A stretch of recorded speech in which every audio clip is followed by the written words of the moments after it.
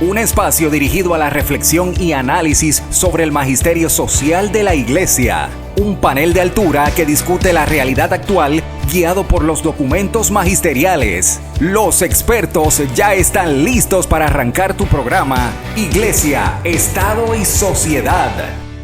Bienvenidos a una edición más del programa Iglesia, Estado y Sociedad, un espacio donde se discute y se analiza temas que nos interpelan a todos en nuestra sociedad y que también son atendidos por el magisterio social de nuestra iglesia.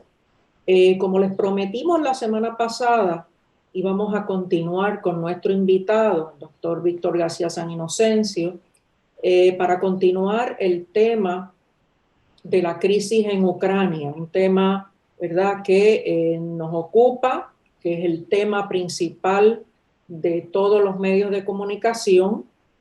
Excusamos al licenciado Israel Santiago, que por motivo de enfermedad no nos puede acompañar, y oramos por su pronta recuperación. En el programa pasado estábamos mencionando el telón de fondo, la trayectoria histórica que nos llevó a esta situación que para muchos de los que nos escuchan podemos estarla viviendo hace pocos días, pero la realidad es que tiene una trayectoria histórica bien profunda que nos traslada al nacimiento de la OTAN, a la Primera y Segunda Guerra Mundial, a la caída del bloque soviético, a la caída del muro de Berlín, y continuamos, ¿verdad?, con este tema, y para que los que nos escuchan puedan entender y de forma objetiva cómo ha ido surgiendo esta situación. Retomando el tema, ¿verdad?, una de las cosas que en el programa pasado mencionamos es cómo Rusia se ha visto amenazada por prácticamente que bordean en su frontera todos estos países unidos en la OTAN, y que definitivamente ha amenazado, ¿verdad?, no solamente a Ucrania, sino ha amenazado inclusive a los países europeos, porque algunos de esos países con la eliminación de plantas nucleares dependen 100% del petróleo de Rusia. Así que vamos a estar continuando este tema esta semana, y quisiera un poco, ¿verdad?, ver las implicaciones de ese avance de Rusia, las verdaderas implicaciones, más allá del precio de la gasolina. Bueno, gracias de nuevo y gracias por la oportunidad. El programa pasado fue un programa muy sentido, muy emotivo, pienso yo, aunque mantuvimos siempre una brújula en la racionalidad. Pero lo es porque hay una angustia que flota,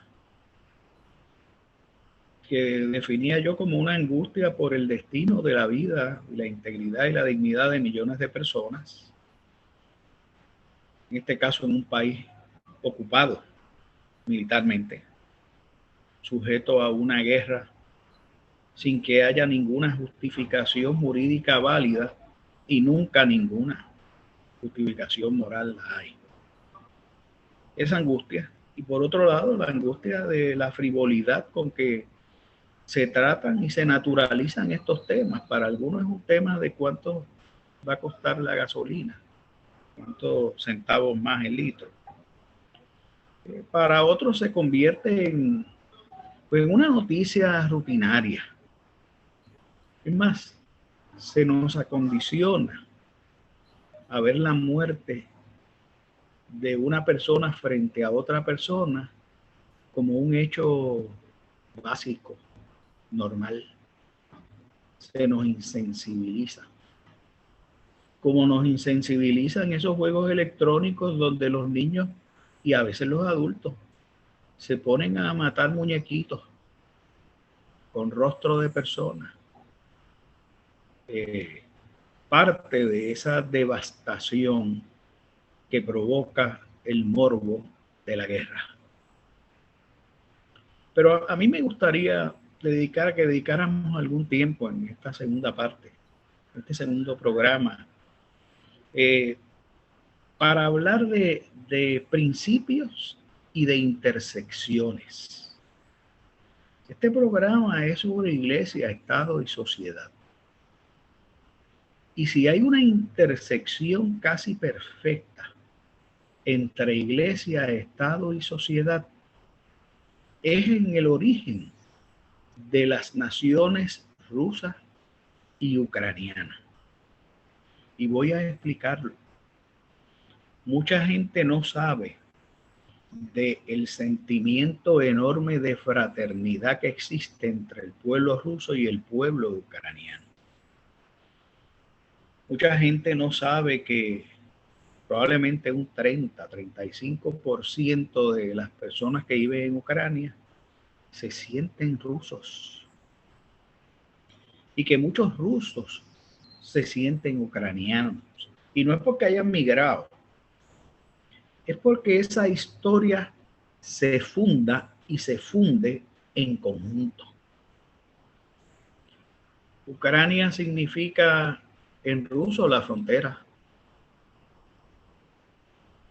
La nación rusa, por lo menos en la vertiente que más nos toca de cerca, que es la cristiana, se funda en Kiev,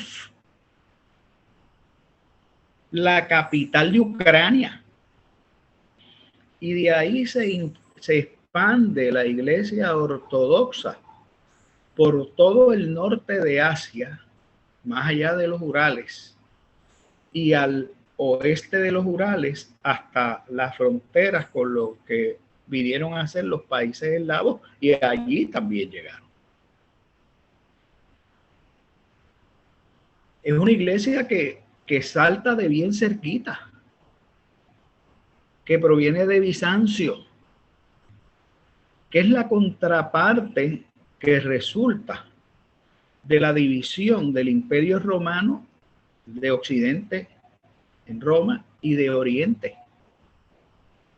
Pero es nuestra iglesia hermana. Son nuestros hermanos del rito ortodoxo. Así que,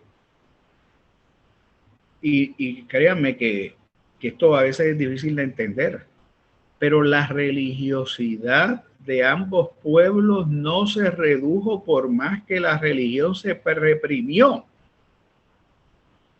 bajo el régimen comunista que existía en ambos países. Eso es un vínculo espiritual, cultural, extraordinariamente fuerte, que nos permite explicarnos por qué miles de rusos se están jugando su libertad en las ciudades soviéticas, en las calles, protestando contra la guerra. Jóvenes, adultos, ancianos. Se podrá decir, eso es propaganda. No, eso no es ninguna propaganda. A lo mejor lo pasan 10 veces y lo debían pasar 2. Eso sí es propaganda de alguna manera, pero no es propaganda. Ni el pueblo ruso, ni el pueblo ucraniano quieren la guerra. Pero no es por razones de conveniencia. Por razones de conveniencia, otros quieren la guerra. Y otros desearían que se prolongase la guerra. Dentro y fuera de Rusia, dentro y fuera de Ucrania. Por otro tipo de conveniencia económica, financiera. Yo les hablaba la vez anterior del tema del mundo que se está tornando bipolar. ¿Qué fue lo primero que se detuvo antes incluso de las hostilidades? De las hostilidades más dramáticas, ¿verdad? Lo primero que se detuvo fue el gasoducto y oleoducto. ¿Saben por qué? Porque eso iba a acercar mucho más a Alemania y a Francia a Rusia. Y quién sabe si a ese bloque chino-ruso. Lo primero que les interesó detener fue el oleoducto. Después se le ocurrió que a lo mejor los ucranianos necesitaban armas. Es más, un poco dijeron, bueno, eso es allá en el Donbass. Eso es en el Luhansk y en el Donetsk y en el Luhansk. Eso es allá, un pedacito de Ucrania, al sureste de Ucrania. Lo que estaban pensando era en el equivalente al precio de la gasolina. Lo que estaban pensando es cómo Rusia no sigue metiéndose en Europa y amarrando a los dos países principales de la Unión Europea, que son sin duda Alemania, motor económico y tecnológico, y Francia, motor tecnológico e ideológico, que le dan sentido a Europa. Gran Bretaña se fue de Europa. Ellos tienen una capacidad para empacar rápido a lo largo de la historia para meterse en sitio, y más rápida todavía para salirse de sitio. No digo ellos, me refiero a la Gran Bretaña. Yo tengo un gran cariño por la Gran Bretaña, dicho sea de paso, porque tuve el privilegio de estudiar un tiempo allí.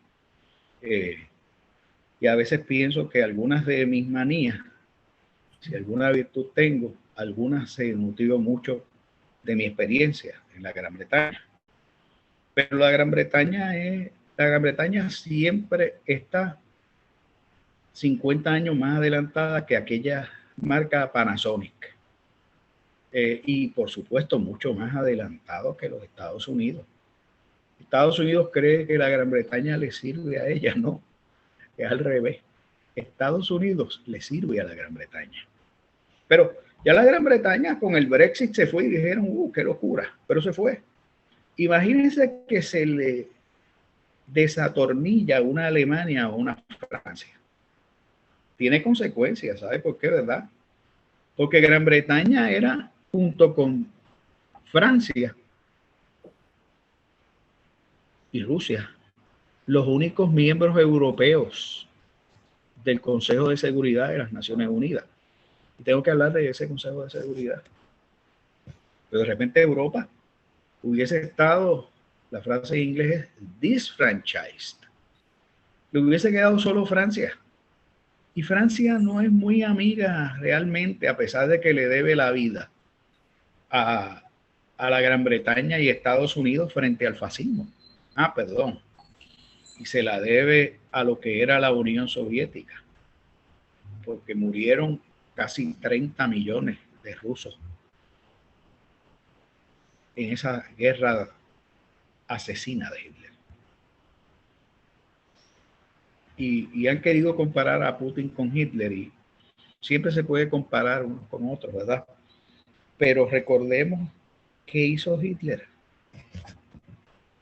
Hitler lo primero que hizo fue ocupar el Sudeten, el norte de Checoslovaquia, donde la población era fundamentalmente alemana. Si se le parece a Donbass y a los pretextos.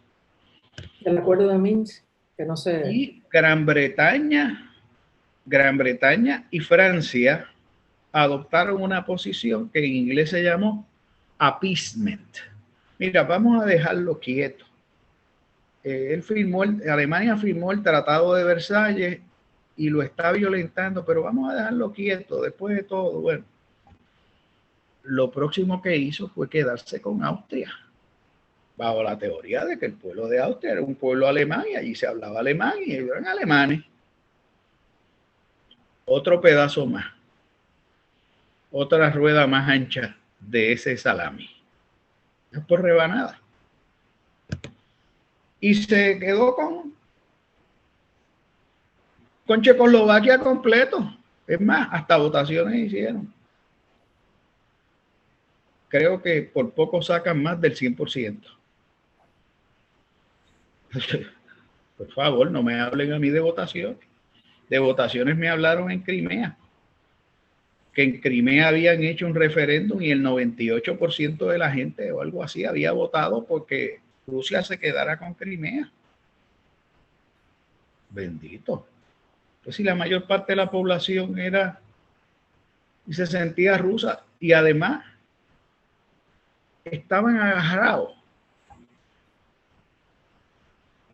Por eso es que se da un voto extraordinario en la situación de Crimea.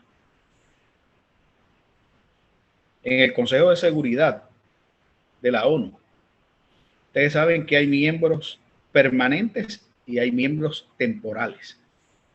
Temporarios, le llaman. Argentina dijo que eso no se podía admitir por el hecho de que hubiese un referéndum. Ni un referéndum para decidir si se le quedan con un pedazo a un país. Fue consecuente, fue consistente. Lo que no fue la comunidad internacional, ni Francia, ni Gran Bretaña, ni Estados Unidos, cuando Gran Bretaña invade las Islas Malvinas y se queda y pretende quedarse con las Islas Malvinas, cuyo litoral tiene supuestamente grandes depósitos de petróleo. Una guerra en las Malvinas, a 10 o 12 mil kilómetros de distancia de Gran Bretaña. Y Gran Bretaña hizo un referéndum en Malvinas. Y los Kelpers, que son ingleses y descendientes de ingleses, Kelpers le llaman en Argentina, votaron con quedarse con Inglaterra, con Gran Bretaña. Argentina le votó en contra.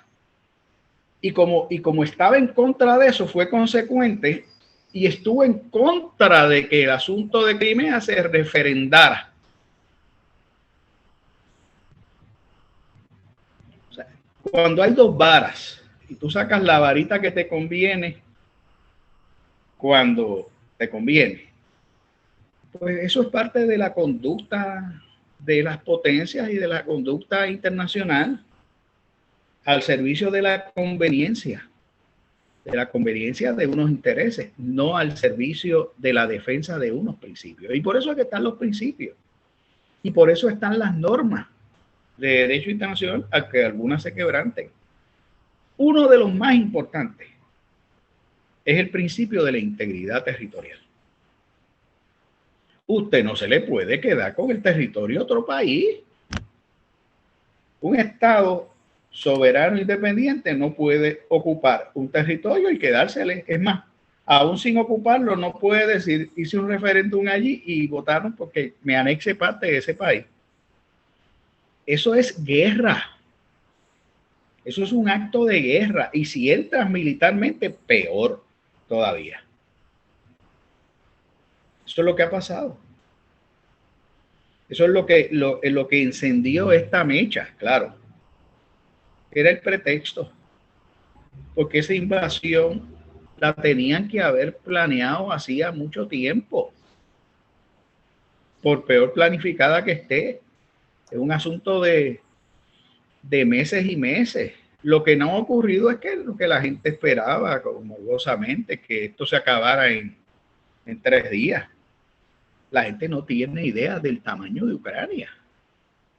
Ucrania es el segundo país más grande de Europa después de Rusia. Es un territorio que tiene 400 millas de norte a sur y 800 millas de este a oeste. Ubíquenlo en el Caribe. Es como del tamaño de 2/3 de Caribe. A ver, pero los medios de comunicación desinformándose creen que eso es un ventetú.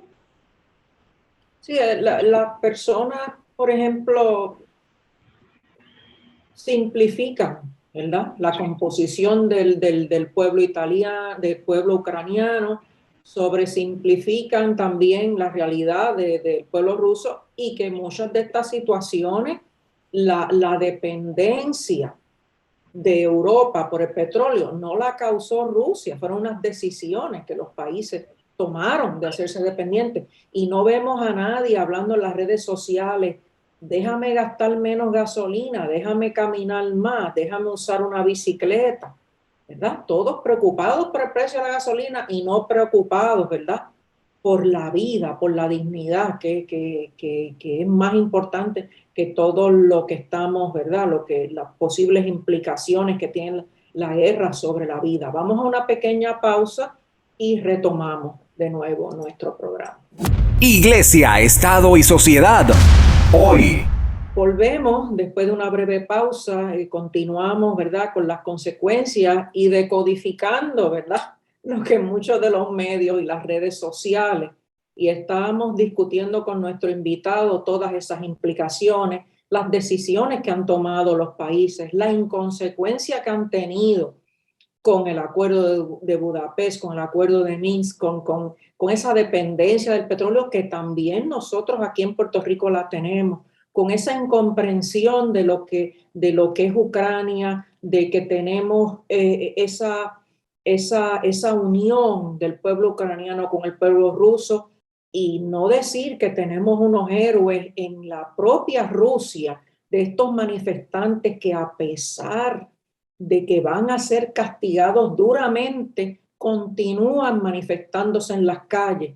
Tenemos casi 1.500 personas arrestadas por esas manifestaciones del pueblo ruso y tenemos también un desplazamiento de 500.000 de ucranianos. Así que continuamos con estas consecuencias y decodificando esta información tan simplista que a veces nos lleva a reducirnos al precio de la gasolina en bomba. Bueno, yo quiero hablar de dos consecuencias importantes, las consecuencias sobre los derechos humanos. Al momento en que se graba este programa, leía una información de que los arrestos en Rusia van como por 6.000, y eso es lo que se conocen. Pero las manifestaciones son de decenas de miles de personas en las diferentes ciudades principales de Rusia o en alguna buena parte de ellas.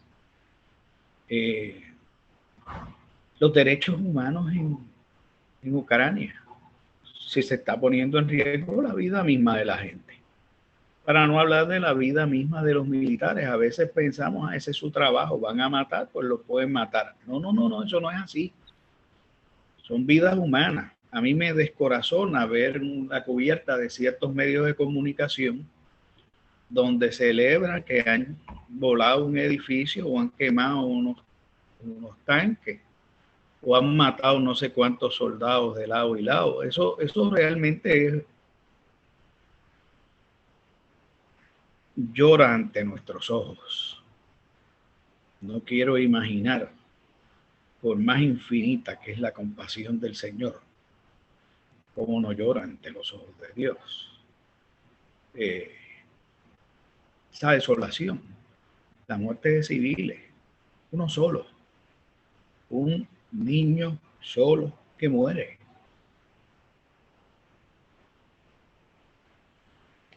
La vida nos importa desde el vientre de la madre hasta la tumba. Y nos importa mucho más después de la tumba.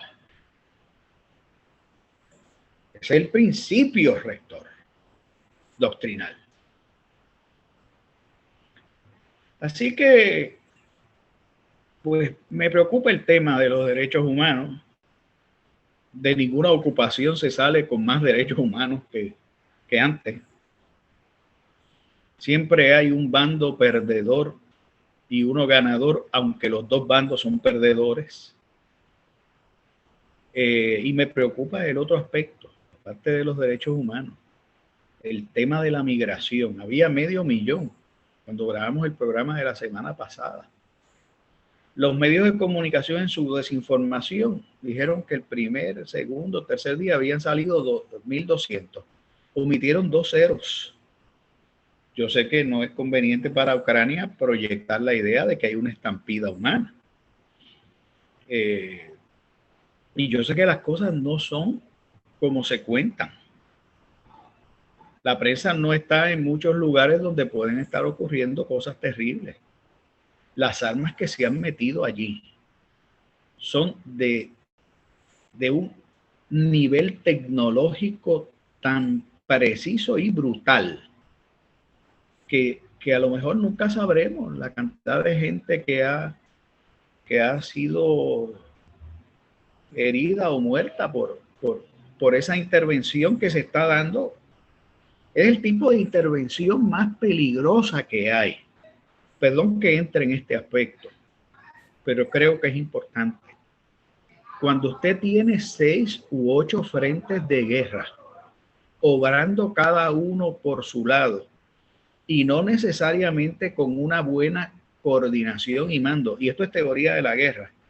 No soy aficionado a esto, a la guerra a la que soy aficionado es al ajedrez, pero la tuve que estudiar en ciencias políticas. Cuando usted tiene 6 u 8 frentes en muchas direcciones y no muy coordinados, pueden pasar cosas atroces, además de la atrocidad misma de que son frentes de guerra. Esa dispersión es como, voy a hacer una analogía, me desvío un minuto, pero quiero explicar esto. Es como cuando ahora se exalta que la modelo tal y el boxeador tal van para la guerra. Bendito, bendito, ay bendito puertorriqueño. Eso no es así. Eso puede ser tremendo en términos de propaganda y yo lo puedo entender, pero eso no es así. Esos son armamentos de mucha potencia y cuidado. Yo creo que aquí van a apuntar muchas muertes civiles también, de civiles que se han metido a pelear, y yo lo puedo entender. Están peleando por lo que más quieren en la vida, su nación invadida, pero va a haber muchas víctimas y probablemente cuenten como civiles porque no son militares. Los militares saben, los militares saben cuándo replegarse y cuándo hay mucha más fuerza del otro lado, y tienen unas nociones de táctica y estrategia que la gente común no tiene, para no hablar del adiestramiento y el manejo y la condición. Entonces, aquí hay armamentos de cuarta, quinta generación que te pueden hacer cosas que tú nunca has visto en un teatro de guerra. Bueno, los rusos probaron muchas en Afganistán, igual que Estados Unidos probó muchas en Afganistán, pero ahí tienes una prueba de 2 invasiones que fracasaron. Ocuparon, pero la Unión Soviética se descompuso y terminó desgajada por su desgaste en Afganistán, alimentado por Estados Unidos. Y Estados Unidos terminó saliendo de Afganistán en agosto del año pasado, más rápido que ligero, dejando al ejército afgano en la condición de ser el 5º o 6º ejército mejor armado, talibán, el ejército mejor armado del mundo, porque le dejaron todas las armas y las provisiones. Y porque un señor de nombre Donald Trump se le ocurrió que para que hubiese una cosa negociada, vaciar las cárceles donde había 5.000, de los cuales un montón eran terroristas. Perdón, se me olvidaba. Perdón que lo comente. El mismo señor Trump, que ha sido el único líder mundial, así, de una superpotencia, que ha salido a aplaudir y a adular a Putin. Pero ¿en qué planeta vivimos? Y detrás de él un montón de gente que lo sigue.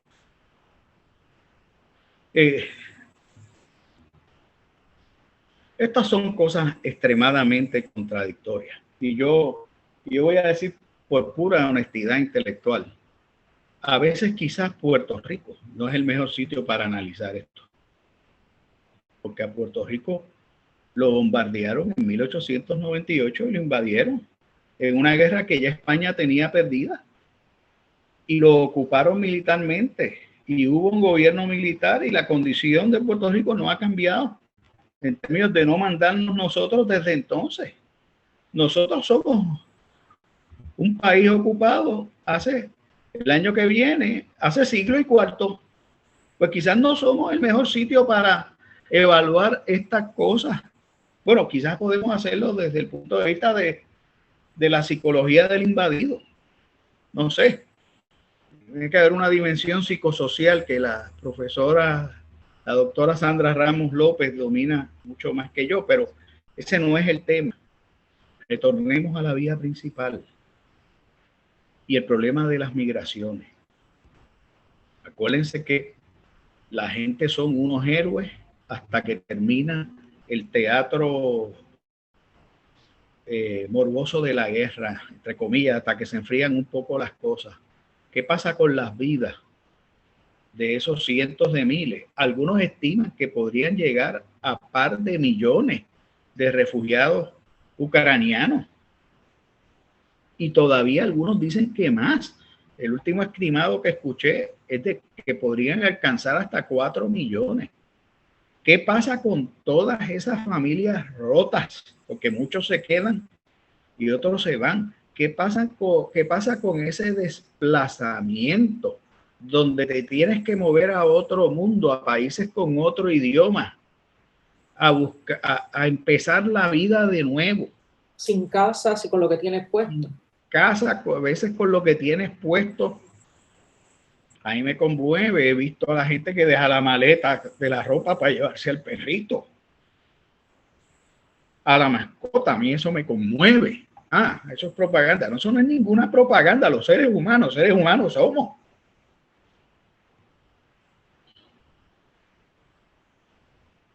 Sí, la verdad es que nosotros tenemos, ¿verdad?, unas visiones aterradoras.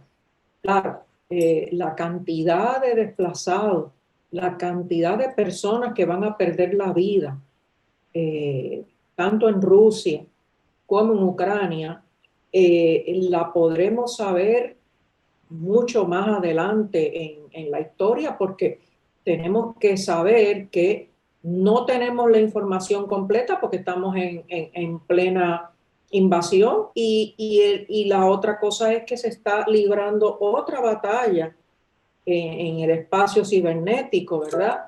De limitar la información. Así que nunca vamos a saber la magnitud de esas escenas desgarradoras, de personas movilizándose, apoyándose de sus mascotas, apoyándose de lo que pueden, la poca pertenencia que pueden llevar en sus manos, y porque se están desplazando para salvar su vida. Así que la maleta puede ser le puede impedir esa movilización para salvar su vida. De eso estamos hablando.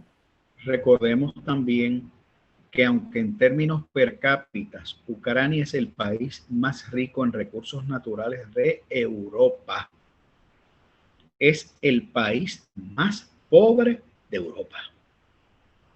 O sea que la gente que se va tampoco deja mucho. Si es que los que logran irse son los que no tienen, porque a veces uno sospecha que los primeros que se van son los que más tienen, aunque no es así. Entonces, cuando es estampida, eso es un asunto mixto, hay de todo. Pero entonces tampoco van a países ricos. No. Polonia no es un país rico. A Bielorrusia no creo que vayan ahí porque los tanques rusos están entrando por ahí también.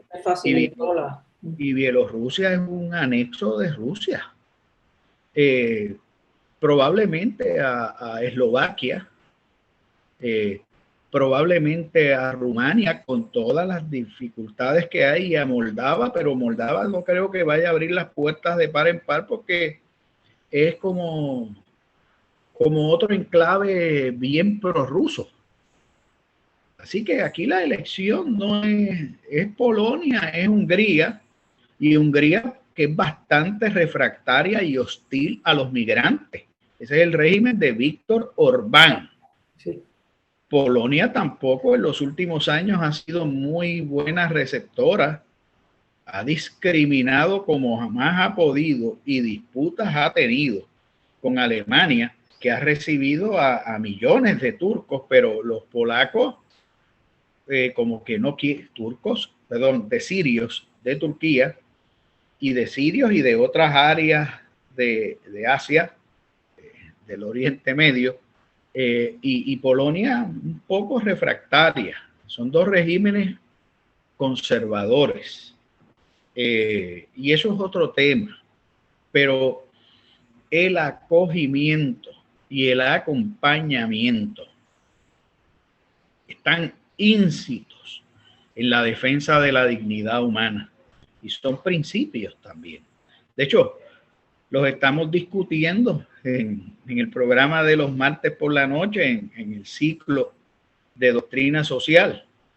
Así que esto le tenemos que dar una lectura, no solamente de amor al prójimo y compasiva y solidaria y misericordiosa, tenemos que mirarlo también dentro de las enseñanzas y los principios de la doctrina social de la Iglesia. Solo viéndolo así podemos encontrar orientación y elementos de discernimiento para lo que podamos hacer. Para mí es inspirador el gesto simbólico del Papa que mencionábamos antes: salir del Vaticano, pedir una cita e ir a la embajada rusa. Pero donde no hay oídos es difícil, ¿verdad?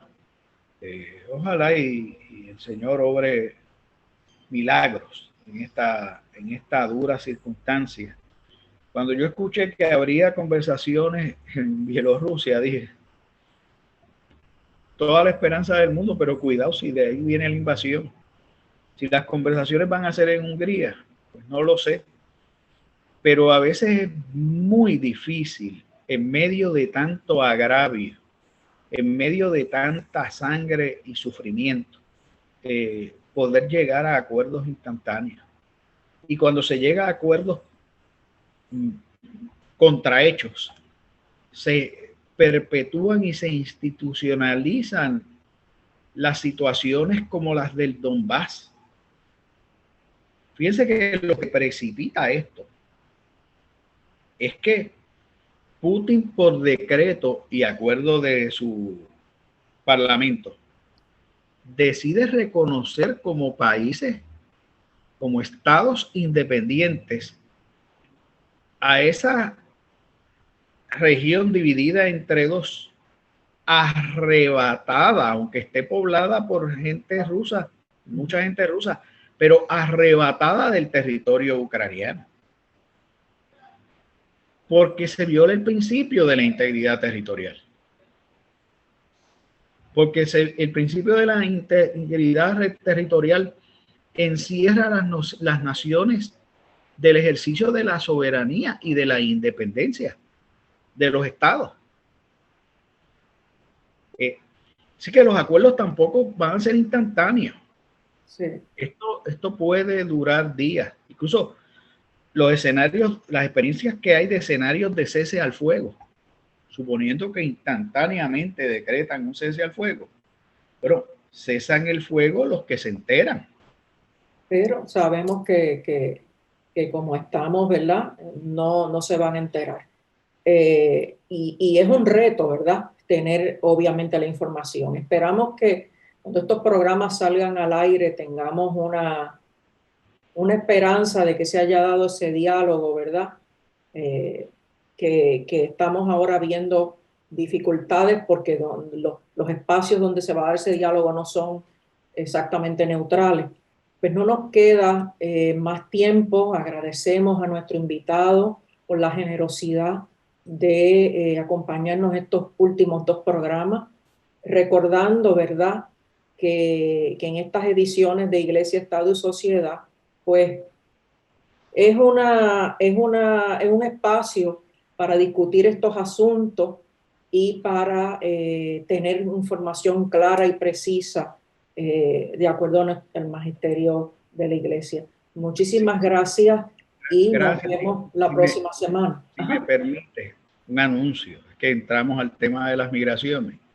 Empezamos los jueves a las 7 de la noche en Resti, la jornada de Haití en la conciencia y el corazón. Los ojos están puestos allá en Europa con razón, pero acá bien cerquita de nosotros, a 300 y pico de millas de nosotros, 11 millones más, como 11.4 millones de personas están viendo desgarradas sus vidas en Haití. Y vamos a dedicar 6 reuniones de jueves a trabajar diferentes miradas a la realidad haitiana, que tan cerquita nos toca y nos llega. Así que gracias por el anuncio. Los jueves a las 7, a la misma hora en que los martes, sigue el certificado de doctrina social. Así que martes y jueves a las 7. Bueno, gracias por permitirme el anuncio y gracias por la oportunidad de desahogarme. No es un desahogo, es una comunión del Espíritu. Exactamente. Buen día para todos. Iglesia, Estado y Sociedad es una producción del Instituto de Doctrina Social de la Iglesia de la Pontificia Universidad Católica de Puerto Rico. Tienes una cita la próxima semana a esta misma hora, porque el análisis y la reflexión continúan. Iglesia, Estado y Sociedad, una producción de la Pontificia Universidad Católica de Puerto Rico.